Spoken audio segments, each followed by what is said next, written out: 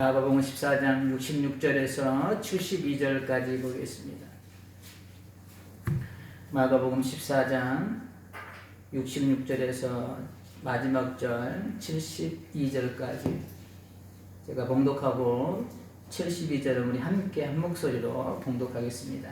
봉독해드립니다. 베드로는 아랫뜰에 있더니 대제사장의 종 하나가 와서 베드로가 불 쬐고 있는 것을 보고 주목하여 이르되 너도 나사렛 예수와 함께 있어도다 하거늘 베드로가 부인하여 이르되 나는 네가 말하는 것이 무엇인지 알지도 못하고 깨닫지도 못하겠노라 하며 앞들어 나갈새 여종이 그를 보고 곁에 서 있는 자들에게 다시 이르되 이 사람은 그 도당이라 하되 또 부인하더라. 조금 후에 곁에 서 있는 사람이 다시 베드로에게 말하되 너도 갈릴리 사람이니 참으로 그 도당이니라.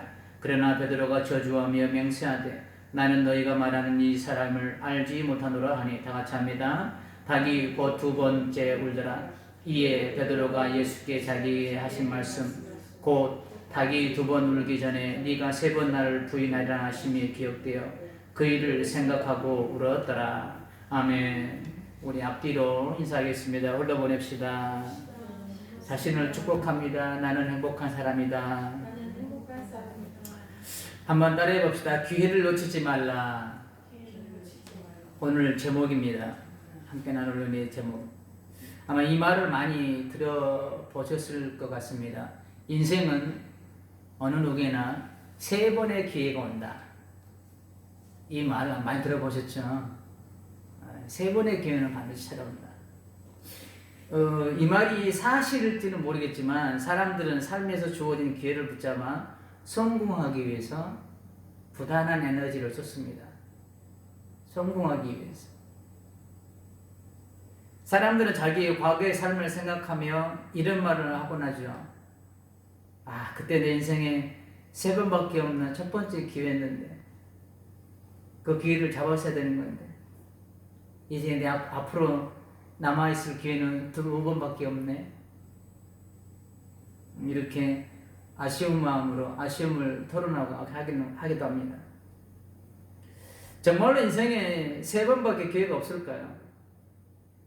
세 번이면 기회가 다 사라지는 걸까요?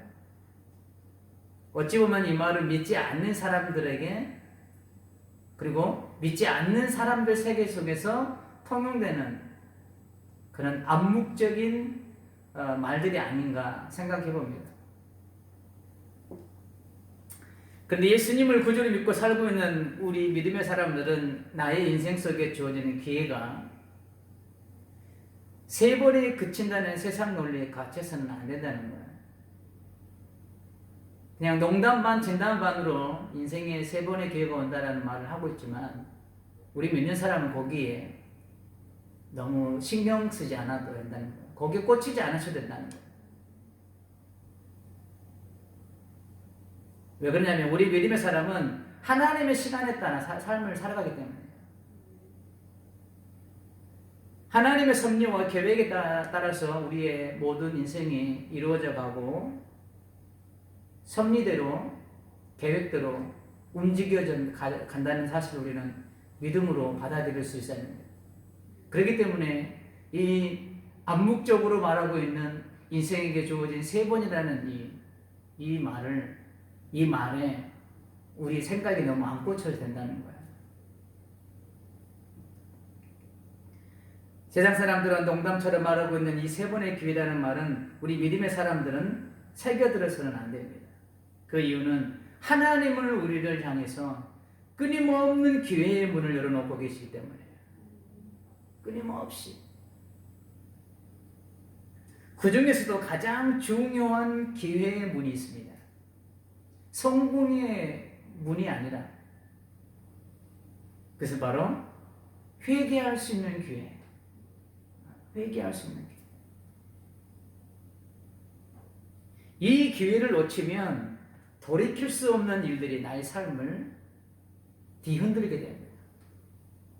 하나님께서 우리는 그렇게 말하죠. 좋은 말 할 때 들어. 세 번째야. 이제 마지막이야. 그 다음에 어떻게 되는 거죠? 이제는 말로 하지 않고 어떠한 무력이 행사해야 되죠? 하나님께서도 우리에게 그렇게 기회를 열어주신다는 거예요. 근데 이 기회를, 회개할 수 있는 기회를 우리가 놓쳐버리면 이제는 감당할 수 없는 우리 삶에 하나님의 채찍이 가해질 수도 있다는 겁니다. 그래서 우리에게 주어진 이 기회를 우리는 빨리 깨닫고 빨리 붙잡을 수 있어야 돼요. 그래서 오늘 제목이 기회를 놓치지 말라라는. 오늘 우리가 나눌 본문의 내용은 그동안 너무나도 많이 들었던 내용입니다. 베드로가 주님을 3번이나 부인한 장면에 기록된 본문입니다. 오늘 본문을 통해 하나님께서 주시는 회개의 기회를 놓치는 일이 없기를 소망하는 마음으로 함께 은혜를 나눠보도록 하겠습니다. 이제 예수님께서 잡혀서 사람들 앞에서 모진 수모를 당하고 있습니다. 우리가 지난주에 살펴보았듯이 65절에 보면 주먹으로 맞고 침뱉음을 당하고 하인들도 손바닥을 때리고 이런 수모를 당했죠. 이 모습을 베드로가 지켜보고 있습니다. 그런데 어떤 여자 하인 하나가 다가와서 이렇게 이야기하죠. 당신도 나사렛 예수와 함께 있었던 사람이 아닙니까? 이런 일이 2번, 1번, 2번, 3번 일어납니다. 3번째는 그 말을 듣고 저주까지 하며 나는 저 사람을 알지도 못한다 라고까지 예수님을 부인합니다. 그때 바로 닭이 2번 울면서 마지막 직사를 하면서 예수님께서 하신 말씀이 베드로의 마음을 뒤흔들어 놓습니다. 오늘 요절 말씀이기도 합니다. 72절 볼까요? 닭이 곧 2번 울더라. 2번째 울더라. 이에 베드로가 예수께서 자기에게 하신 말씀 곧 닭이 2번 울기 전에 네가 3번 나를 부인하리라 하시며 기억되어 그 일을 생각하고 울었더라. 이 부분에서 우리가 가슴에 새겨야 할 은혜는 하나님께서는 여러 방법과 통로를 통해서 나에게 말씀하시고 내가 잘못했을 때 잘못을 깨닫고 회개할 기회를 주시는 하나님이시라는 거예요. 우리의 삶을 돌아보면 사연 없는 인생이 없다고 참 힘들었던 시기가 있습니다. 있었죠. 앞이 보이지 않는 캄캄함이 나의 인생을 집어삼킬 때도 있었습니다. 그래서 어떤 사람은 이런 말을 하기까지 합니다. 내가 힘들었던 일을 글로 쓰면 책 12권도 모자란다고. 내가 힘들었던 이야기를 오늘 풀어놓으면 오늘 밤 새도 날 새도 다 못한다고.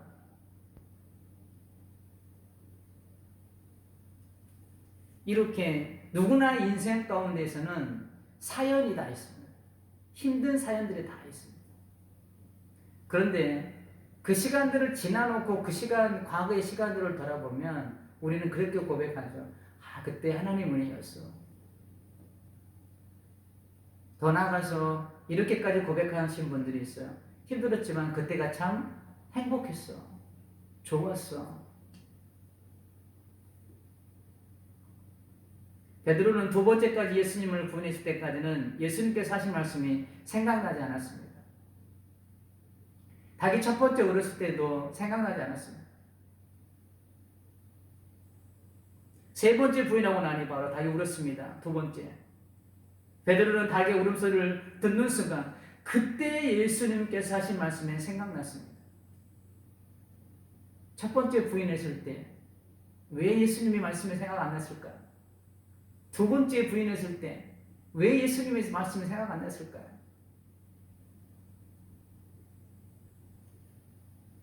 우리의 삶에서도 나를 회개의 자리로 부르시는 닭울음 소리와 같은 나를 부르시는 상황이 분명히 있다는 사실입니다. 베드로가 닭울음 소리를 듣자마자 예수님 말씀이 생각나서 통곡했던 것처럼 얘야 너 지금 회개 자리로 나와야 돼 라고 하나님의 이 베드로의 영적 감각을 깨웠던 닭울음 소리처럼 우리를 회개 자리로 부르시는 하나님의 그 어떤 사인들이 있다는 거야. 분명히.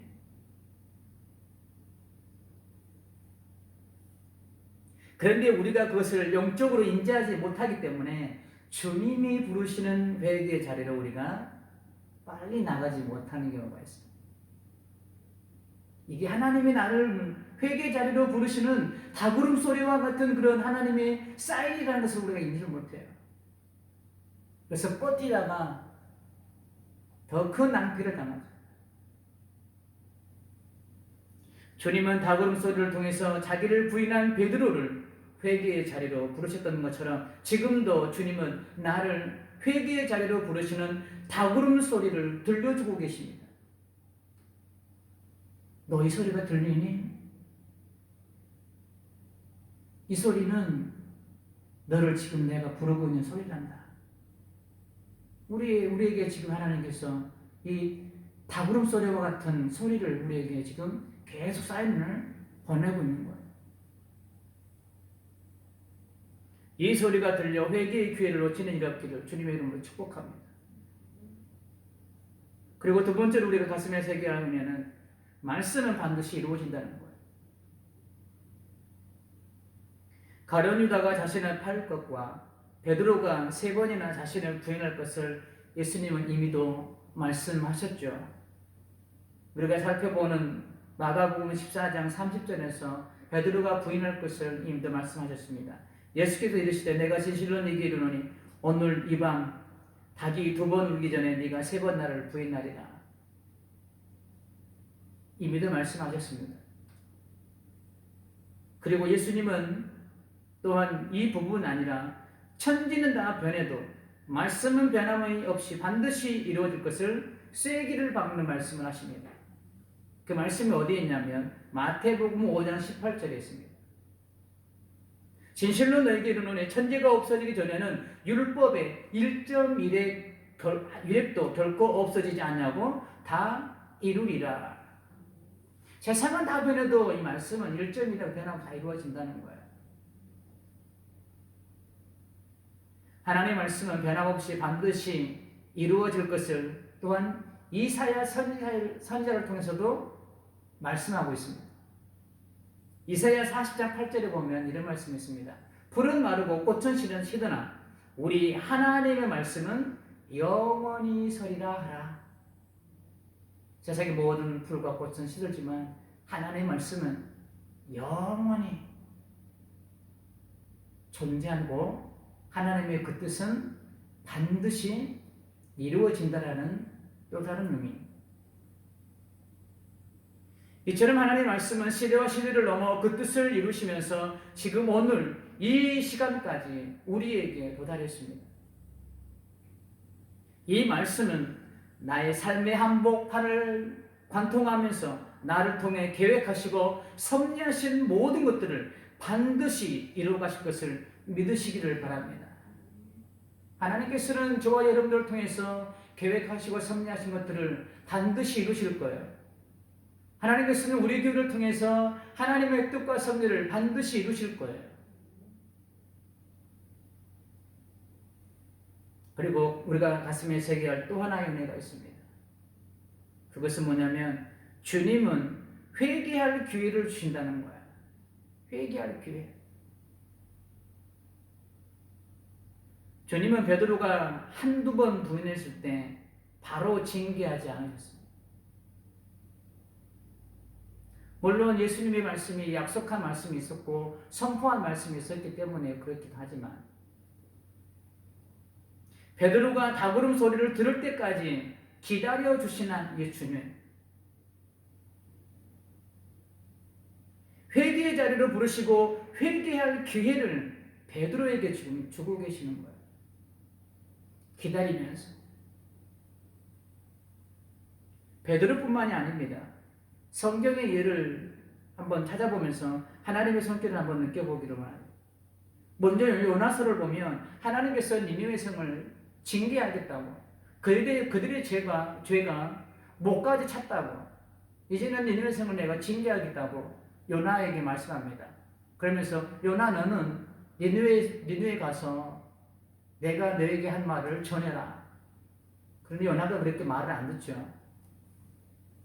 그래서 우여곡절 끝에 니느웨 성 가서 하나님의 마음을 전합니다. 하나님의 마음.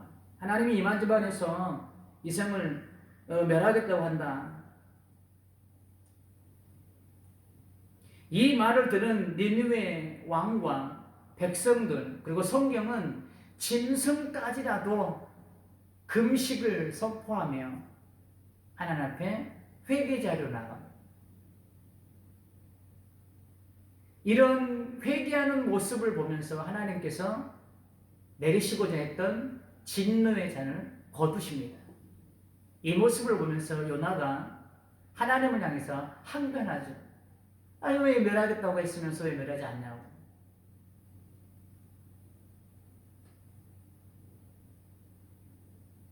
요나서 3장 7절과 8절에 보면 이 백성들이 요나의 말을 듣고 어떻게 반응했는지를 기록하고 있습니다. 요나서 3장 7절과 8절입니다. 왕과 그의 대신들이 조서를 내려 니느웨에 선포하여 이르되 사람이나 짐승이나 소떼나 양떼나 아무것도 입에 대지 말지니 곧 먹지도 말 것이요 물도 마시지 말 것이며 사람이든지 짐승이든지 다 굵은 베옷을 입을 것이요 힘써 하나님께 부르짖을 것이며 각기 악한 길과 손으로 행한 강포에서 떠날 것이라. 금식하며 회개 자리로 나가는 니느웨.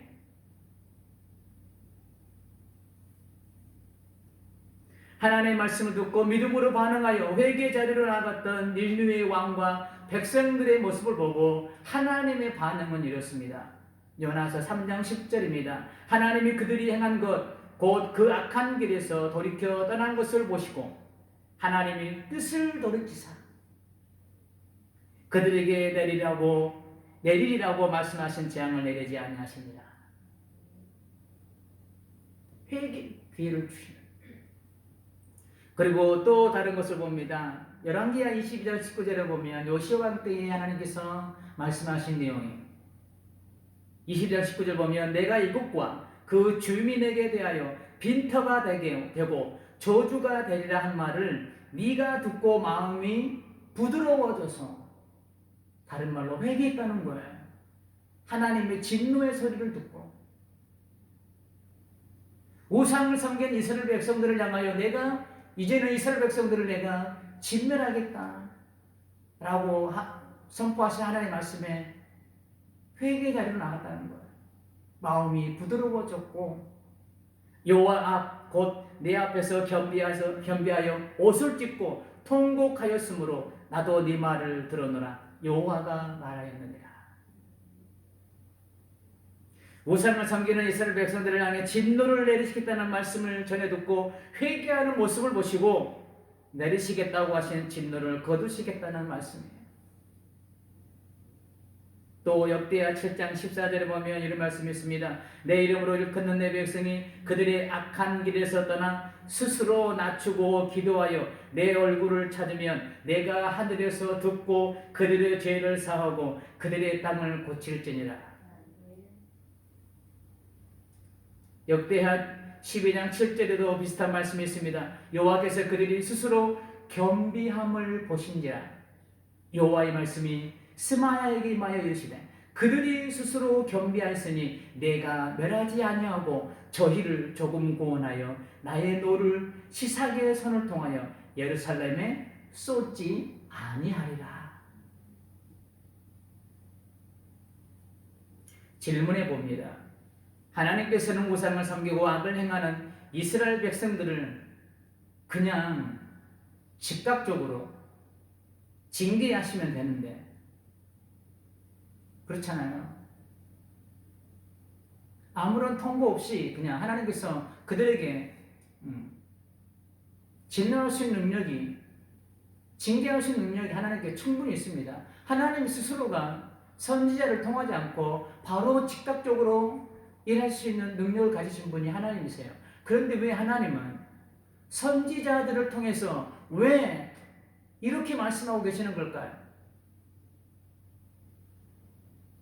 아무개 선지자야, 이스라엘 백성들이 지금 이런 일들을 하고 있는데 내가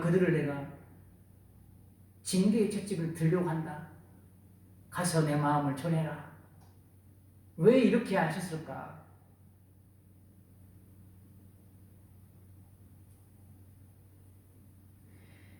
너희들이 이러한 죄를 저질렀으니 내가 징계하겠다라고 왜 선지자를 통해서 미리 통보하게 하셨을까요? 그것은 하나님은 이런 분이시기 때문이에요. 보세요. 요나서 4장 2절 하반절에 보면 이런 말씀이 있습니다. 주께서는 은혜로우시며 자비로우시며 노하기를 더디하시며 인내가 크시사 뜻을 돌이켜 재앙을 내리지 아니하시는 하나님이신 줄을 내가 알았음이니이다. 요나가 고백한 내용입니다. 하나님의 성품을 나타내고 있는 거예요. 하나님께서는 아무런 통보 없이도 죄에 대한 징계를 하실 수 있는데 하나님은 그렇게 하지 않으시고 노하기를 더디하시는 성품을 가지신 하나님은 그들이 죄에 대해서 인식하고 회개의 자리로 나오길 기다려주시고 또한 회개할 기회를 주고 계시는 거예요. 바로 징계하지 않고 회개할 기회를 주시는 거예요. 예레미야 4장 1절 상반절에 보면 하나님의 예레미야 선지자를 통해서 이스라엘 백성들에게 이렇게 하나님의 마음을 전합니다. 여호와께서 이르시되 이스라엘아 네가 돌아오려거든 내게로 돌아오라. 하나님의 마음이에요. 우상을 섬기고 떠났던 이스라엘 백성들 그럼에도 불구하고 오라는 거예요. 너희가 오려면 나에게로 오라는 거예요. 이 말씀이 담고 있는 하나님의 마음은 어떤 마음일까요? 회개할 기회를 주시는 거예요. 너희가 내게로 돌아오면 내가 너희 죄 용서해 줄게.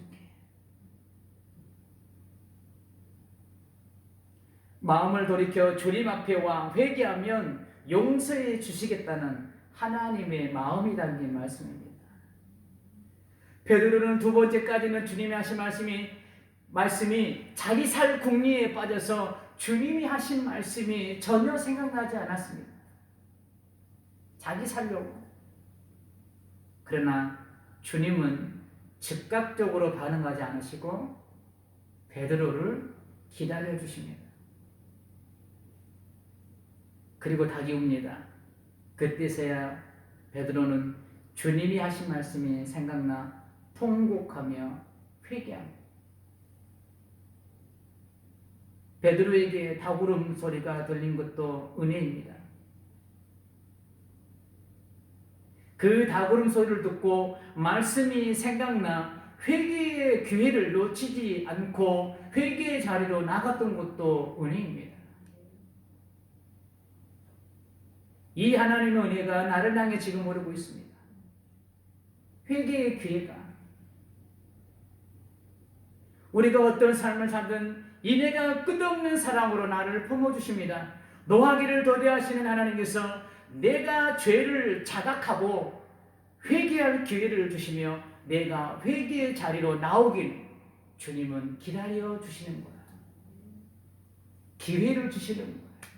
우리는 이 기회를 놓쳐서는 안 되는 거야. 베드로의 영적 감각을 깨웠던 닭울음 소리가 여러분의 귓전에 들리시나요?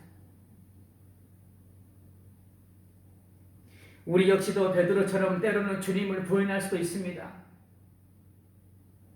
말씀과 상관없는 삶을 살 수도 있습니다. 주님 없이도 삶을 살아갈 때도 있습니다.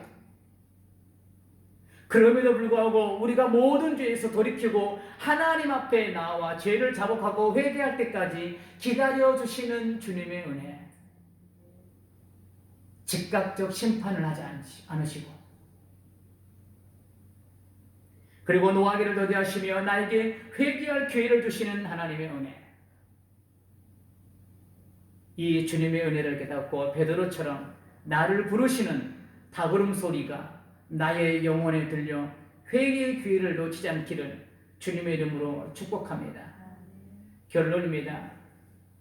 고름은 그대로 두면 어떻게 될까요? 다른 건강한 살까지 곰돌로 만들어버립니다. 그래서 고름은 빨리 짜내야 됩니다. 그래서 그런 속담이 있죠. 고름을 갖고 있다고 살되냐? 안 좋은 것들을 빨리 버리라고 할 때 그런 말 하죠. 고름 가지고 있다고 살되냐? 오히려 건강한 조직까지 파괴하는 게 고름입니다. 죄도 그렇습니다. 우리 인간은 근본적으로 죄인이기 때문에 죄와 전혀 무관한 삶을 살 수 없습니다. 죄를 빨리 짜내야 나의 영적 건강함을 유지할 수 있습니다. 그것이 바로 회개라는 통로를 통해서 이루어집니다. 주님은 우리의 영적 건강을 위해 내가 빨리 회개할 수 있게 기다려주시고 회개할 기회는 우리에게 부여해주고 계시는 거예요.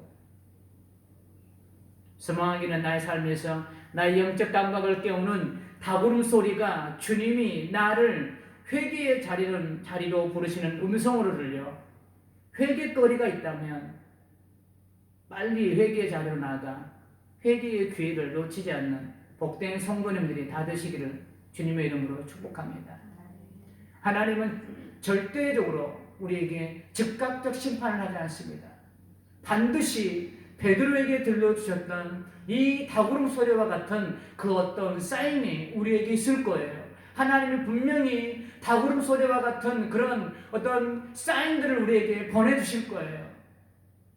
그때 우리는 겸손하게 하나님 이게 어떤 의미입니까? 어떤 뜻입니까? 라고 우리는 하나님께 질문을 던지면서 내가 인내해야 될 것이라면 그 은혜를 붙잡고 인내의 자리로 나가야 되고 우리가 회개해야 될 거리가 생각난다면 우리는 빨리 그 사인에 반응하여 회개 자리로 나가야 된다는 거예요. 이 기회를 놓쳐서는 안 되는 겁니다. 그게 은혜가 됐든 회개가 됐든 어떤 무엇이 됐든 간에 하나님이 내게 뭔가를 사인을 주시면 그게 놓쳐서는 안 돼요. 그걸 붙잡는 자만이 은혜를 경험할 수 있는 거고 그거를 붙잡는 자만이 회개함으로 내 영의 영적 성결함을 다시 회복할 수 있는 거예요. 이것이든 절대 우리에게 들려준 하나님의 그 사인을 놓치지 말고 늘 복된 삶을 살아가는 우리 모두가 되시기를 다시 한번 주님의 이름으로 축복합니다.